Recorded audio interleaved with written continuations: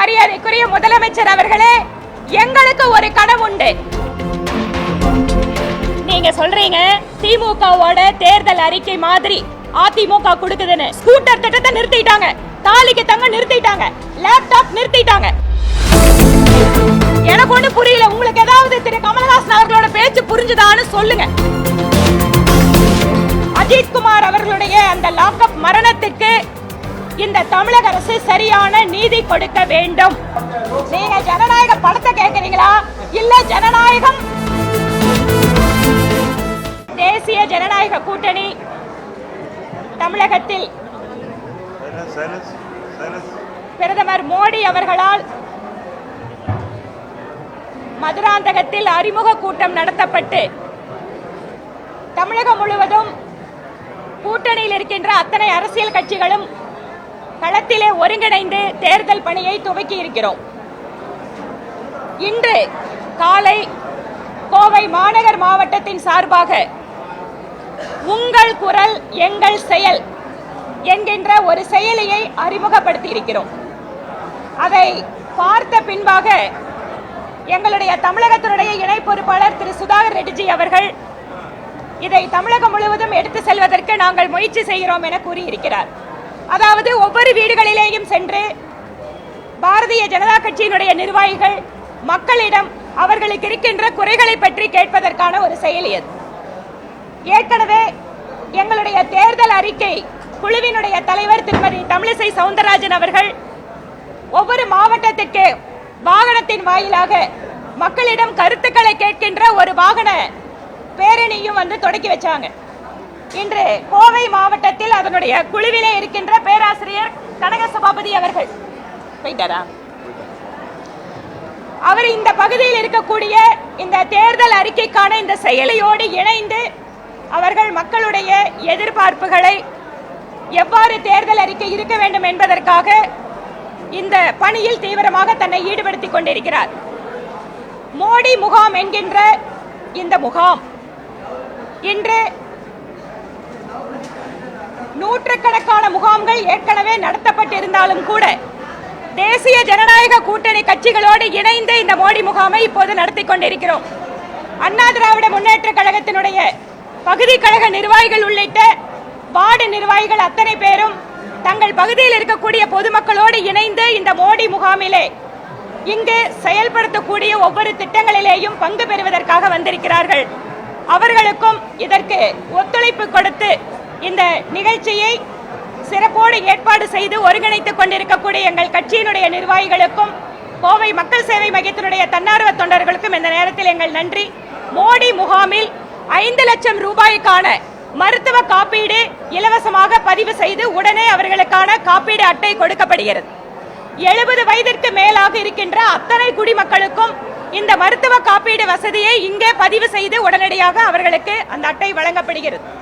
அமைப்பு சாரா தொழிலாளர்களுக்காக ஈ-ஷம் என்கின்ற தொழிலாளர் காப்பீடு அட்டை பதிவு செய்யப்பட்டு உடனடியாக அந்த அட்டையும் மக்களுக்கு இந்த முகாமிலே வழங்கப்படுகிறது. இவை இல்லாமல் செல்வ மகள் திட்டம், பிரதமர் மோடி பெண் குழந்தைகளுடைய முன்னேற்றத்திற்காக கொண்டு வந்திருக்கின்ற செல்வ மகள் திட்டத்தில் தபால் துறையினை சார்ந்தவர்கள் இங்கேயே அவர்களுக்கு சரியான ஆவணங்களை சரிபார்த்து பதிவு செய்து அவர்களுக்கு முதல் தவணையாக ரூபாய் 250 நாங்களே செலுத்தி அவர்களுக்கு அந்த சுகன்யா சமிருத்தி செல்வ மகள் திட்டத்தில் பெண் குழந்தைகளுக்கு பதிவு செய்து கொடுக்கிறோம். இவை இல்லாமல் பிஏஜி மருத்துவமனை, சங்கரா கண் மருத்துவமனை வாயிலாக ஒரு முழுமையான மருத்துவ முகாமும் இந்த மோடி முகாமோடு சேர்ந்து ஏற்பாடு செய்யப்பட்டு வருகிறது. இப்படி இந்த மோடி முகாமிலே இந்த பகுதியை சார்ந்த மக்கள் அனைவரும் பலன் பெறத்தக்க வகையிலே இங்கு ஆயிரக்கணக்கான நபர்கள் இன்று நாள் முழுவதும் இந்த மோடி முகாம் இந்த பகுதியில் நடைபெறும். அவர்கள் அத்தனை பேரும் இந்த மோடி முகாமில் பயன்பெற வேண்டும் என்பதுதான் எங்களுடைய இலக்கு. இவை இல்லாமல் மக்கள் எங்களை பார்த்த உடனே இங்க இருக்கக்கூடிய சிவிக் பிரச்சனைகள், ரோடு, தண்ணி, லைட்டு, இந்த மாதிரி பிரச்சனைகளுக்காகவும் உடனடியாக எங்களை அணுகுகிறார்கள். கோவை என்பது ஒரு வளர்ச்சி பெற்ற மாவட்டம்.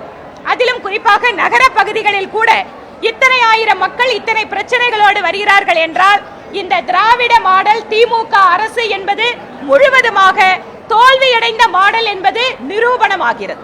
அது மட்டுமல்ல, இங்கு இருக்கக்கூடிய பெண்கள் குறிப்பாக போதைப் பொருளினுடைய பிரச்சனையால் பாதிக்கப்பட்ட பெண்கள் இங்கு எங்களிடம் வந்து சொல்கிறார்கள், எப்போது இந்த ஆட்சிக்கு முடிவு கட்ட போகிறீர்கள் என்று கேட்கிறார்கள்.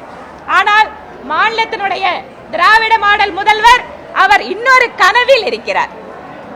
அவருக்கு ஒரு கனவு இருக்கிறது, திரும்பவும் நாம ஆட்சியை பிடிச்சிருவோம் அப்படின்னு. அதனாலதான் மக்கள் கிட்ட உங்கள் கனவு என்னன்னு கேட்கிறார். நாங்கள் சொல்கிறோம், மரியாதைக்குரிய முதலமைச்சர் அவர்களே, எங்களுக்கு ஒரு கனவு உண்டு, தமிழகத்தினுடைய மக்களுக்கு ஒரு கனவு உண்டு. திராவிட முன்னேற்ற கழக மக்களுக்கு எதிரான ஆட்சியை வீட்டுக்கு அனுப்ப வேண்டும் என்பதுதான் தமிழக மக்களுடைய கனவு. இந்த கனவினை நிச்சயமாக 26 தேர்தலில் மக்கள் நிறைவேற்றுவார்கள்.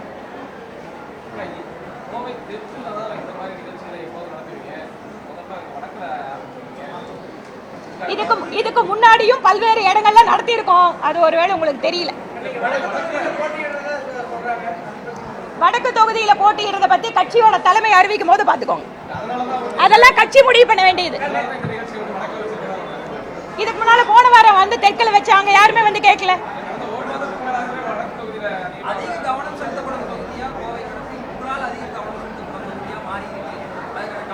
பாரதிய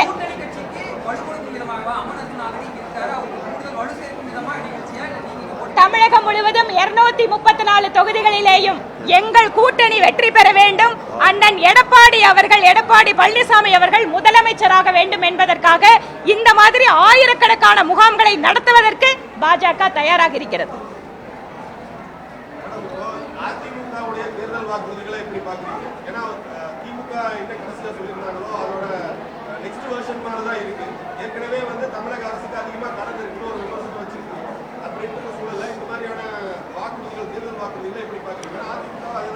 நீங்க சொல்றீங்க திமுகவோட தேர்தல் அறிக்கை மாதிரி அதிமுக கொடுக்குதுன்னு. நாங்க சொல்றோம், 10 வருட காலம் அம்மாவின் ஆட்சியில் எந்தெந்த திட்டங்கள் எல்லாம் அமல்படுத்தப்பட்டதோ அதனுடைய தொடர்ச்சியை தான் சிறிது, எல்லாமே இல்ல.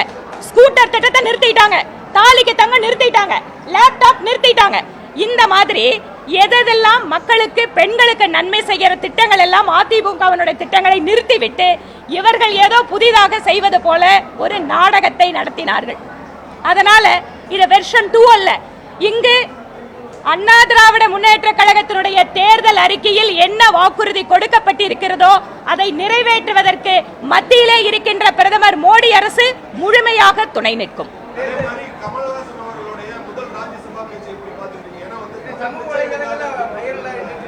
சமூக வலைதளங்கள் என்ன வைரல் ஆகுது, யாருக்காவது எல்லாம் புரிஞ்சுதா?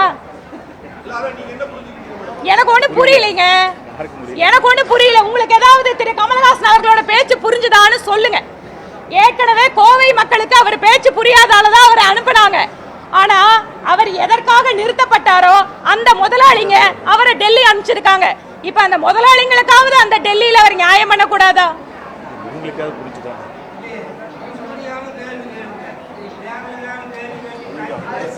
ஐயா ஐயா, பத்திரிகையாளர்களை தொந்தரவு பண்ணாதீங்க.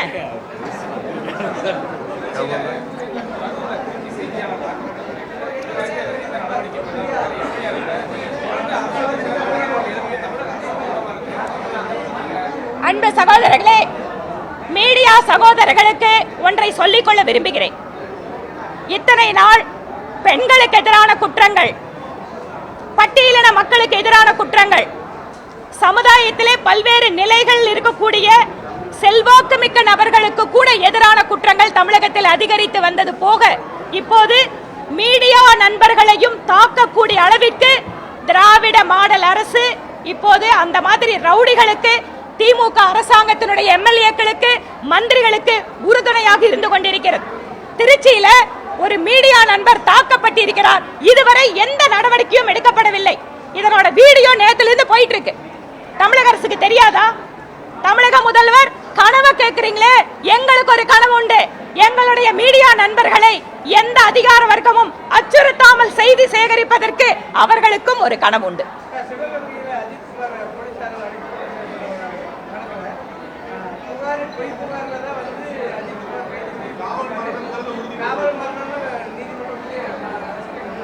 காவல் மரணம் அப்படின்னு உறுதிப்படுத்தின விஷயத்தை ஏற்கனவே அந்த சம்பவம் நடந்த போதே நாங்கள் சந்தேகத்தை வெளிப்படுத்தினோம்.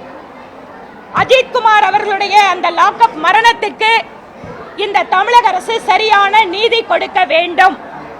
இதற்கு முன்பாக இப்படி சம்பவங்கள் நடைபெறுகின்ற பொழுது முதலமைச்சர் ஸ்டாலின் அவர்களும் அவரோட குடும்ப உறுப்பினர்கள் எல்லாம் டூர் போயிட்டு இருந்தாங்க.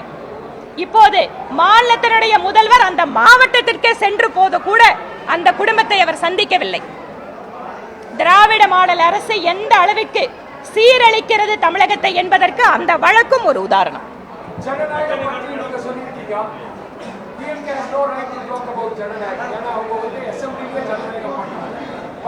நீங்க ஜனநாயக படத்தை கேக்குறீங்களா இல்ல ஜனநாயகம் அவங்க விமர்சனத்தை கேக்குறீங்களா?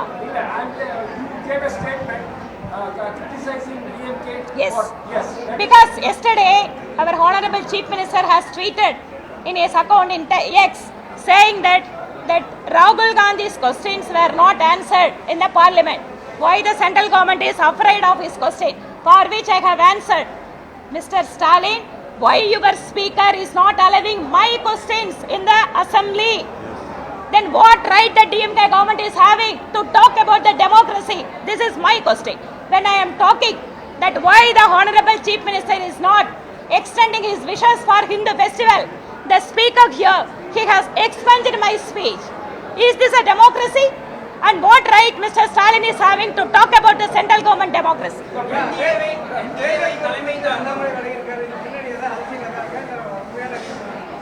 அவருடைய தந்தையாருக்கு உடல்நலம் இல்லாதால அந்த தொகுதியினுடைய சுற்றுப்பயணத்தை மட்டும் மாத்தி கொடுக்க சொல்லியிருக்காரு.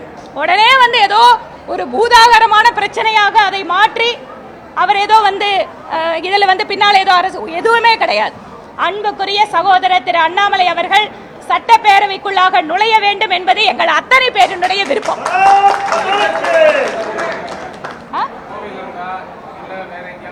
நாங்க சொல்றோம் இதையெல்லாம் முடிவு பண்ற அதிகாரம் எங்க கிட்ட இல்ல, டெல்லி கிட்ட இருக்கு. நான் ஏன் விருப்பம் என்னோட சகோதரர் வரணும்னு விருப்பப்படுறேன். நன்றி.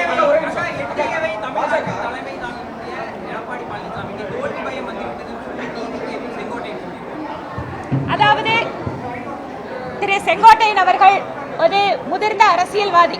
ஆனால் காலத்தினுடைய கொடுமை காரணமாக அவர் இப்போது கட்சி ஆரம்பித்திருக்கிற நடிகரோடு சேர்ந்து நிற்கிறார் என்பதை பார்க்கின்ற பொழுது எங்களுக்கு வேதனையாக இருக்கிறது.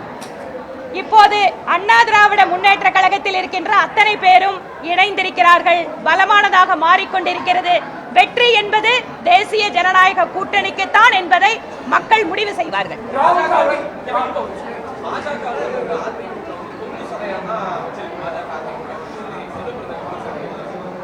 திராவிட முன்னேற்ற கழகத்தை அவர்களுடைய குறிப்பாக பட்டியலின சமுதாயத்திற்கு எதிரான கொடுமைகளை பற்றி பேச முடியாத காங்கிரஸ் கட்சி தலைவர் யாருக்கு யார் தொங்கு சதையாக இருக்கிறார்கள் என்பதை சட்டப்பேரவையில் நாங்கள் பார்த்துக் கொண்டிருக்கிறோம். ராகுல் காந்தி சீக்கிய சமுதாயத்தை கேவலப்படுத்தியிருக்கார்.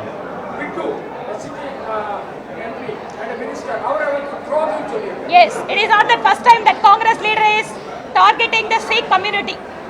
So it is in the DNA of Congress of targeting the Sikh community and who have contributed immensely for the nation building. So this shows his poor mindset and understanding about the Sikh community.